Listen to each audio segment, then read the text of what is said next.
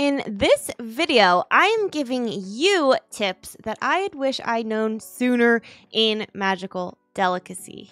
Magical Delicacy is a super cute, cozy game that recently released on Steam and will be releasing to Switch on August 15th of 2024. It's a fun baking and witchy game, and I'm really enjoying it. I am about 10 hours into the game, and I have heard a lot of people mention that the game feels confusing, and it can definitely feel that way at first, because a lot of things aren't really explained and they leave it to the player to figure them out. So that can be a little frustrating for some people. I hope that the simple beginner tips in this video will be helpful for you.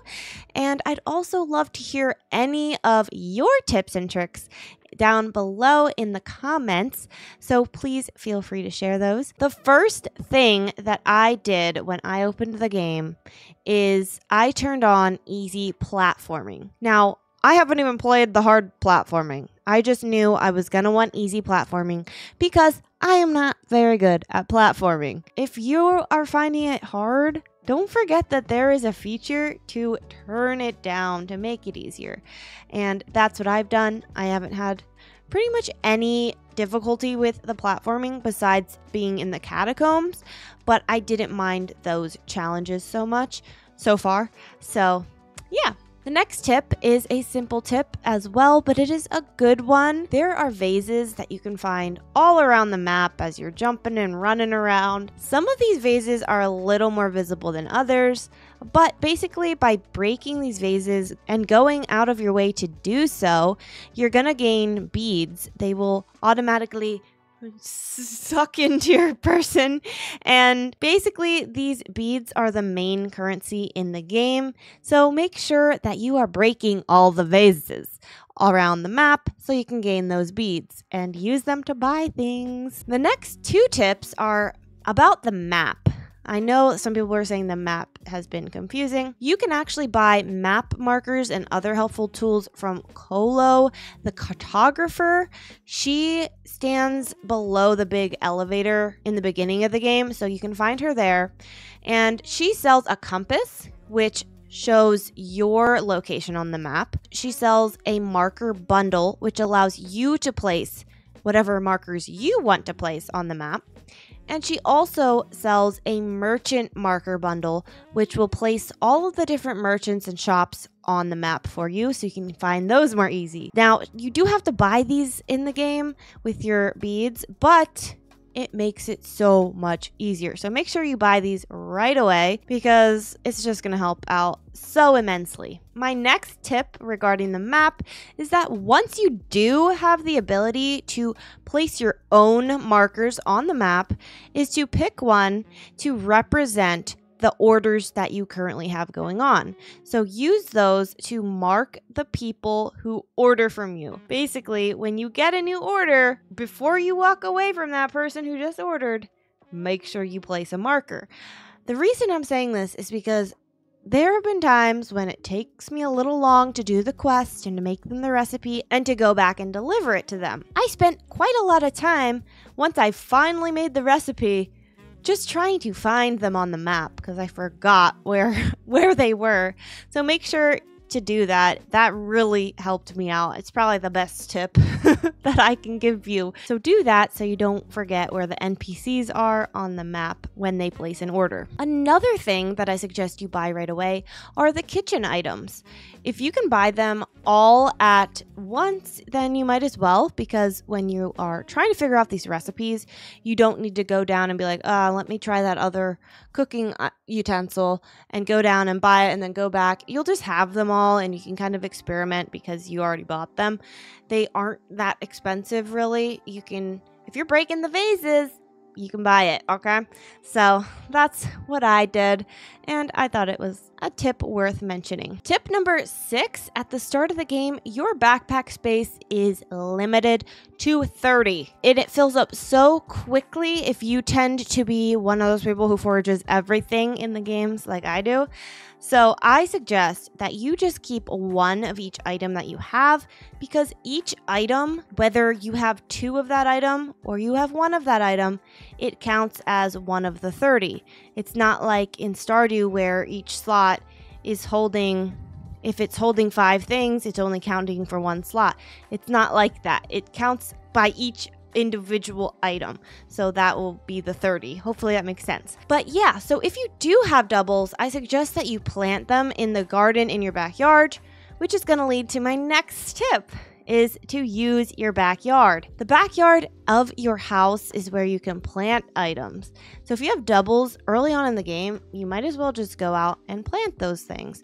You don't need seeds to do this. You can just use the item in your inventory and plant it right there in the backyard. Tip number 8 is to water the crops using the sink, because your plants will grow faster that way. Now, sometimes it does rain and you don't have to water them, but it helps that you can water them. You don't have a watering can, at least in the beginning of the game. I don't know if you get one later. You do need to water them so that they'll grow faster, and you can use the sink to do that. My next tip, adding to that you put the sink right next to the door of the backyard so that you can just easily get the water, bring it over to the plant. Get the water, bring it over to the plant. And if you're gonna move the sink there, then you might as well also make sure that you have your pot right next to the sink, so that whenever you need water, the things you need water for are right by the water. Now back to storage. If you're wondering if you can even upgrade your storage in this game, you can. I was wondering about this for the longest time. And you can upgrade your storage a little bit later on in the game once you discover the woodpecker store. So hold out for that, because you're going to find it and you're going to be so relieved. There are 3 storage units that you can buy from the woodpecker store, and you buy them individually and you can add them to your house like you would any other equipment, kitchen equipment. I'm not really sure how I ended up with 40 backpack slots rather than the 30. I feel like it was when I bought my first storage unit, but I'm not really sure. So I'm not sure on that. I'll have to look it up. Either way, buying those storage units and putting them in the house is going to help expand your storage and help clear out your backpack, because you can leave things at home and just have them on hand at your apartment. There are also areas in the game that you can only access during moonlight hours or during the nighttime. So you will see these platforms that are like kind of opaque or like blurred out, and you'll see those during the day, but if you do, make sure you go back at night or at moonlight, because you'll be able to actually jump up on those platforms and find other places on the map, discover more merchants, more customers, all that good stuff. So make sure that you go back to those areas, because it's going to help you with your quests. The next tip is that if you need a certain forageable item, something spicy, maybe it's a root, maybe it's a vegetable, maybe it's sweet, whatever it is, then my tip for you is, rather than trying to forage for it around the map, if you can't find it, then go to all of the merchants, because there are so many merchants on the map, so many stores. Visit each one and see if you can find the item that you need, because that really helped me. Also, don't worry about the order in which you complete quests necessarily. Some quests you'll need to prioritize more, which we'll talk about next. But it's okay to pace yourself and know that the quests do not expire, and you have pretty much as much time as you need to figure out how to make the recipe that they need and then to deliver it back. But there are some quests that do need to be completed to unlock items, and one of those is your quest with Cassia, the quest to make her a recipe. Once you complete this quest, you will unlock the Cauldron. I was trying to figure out how the heck do I get the Cauldron. The Cauldron will start being sold after you complete that quest, so make sure that you do that. She lives real up high in the sky in the map, so make sure you prioritize that quest with her, and you talk to her multiple times afterwards to make sure that the quest goes through, because sometimes you talk to them once and they actually have more to say. You got to talk to them again. After you do that, the Cauldron will unlock at the shop where you buy the other kitchen equipment. And those are all of the tips that I have based on my playtime so far.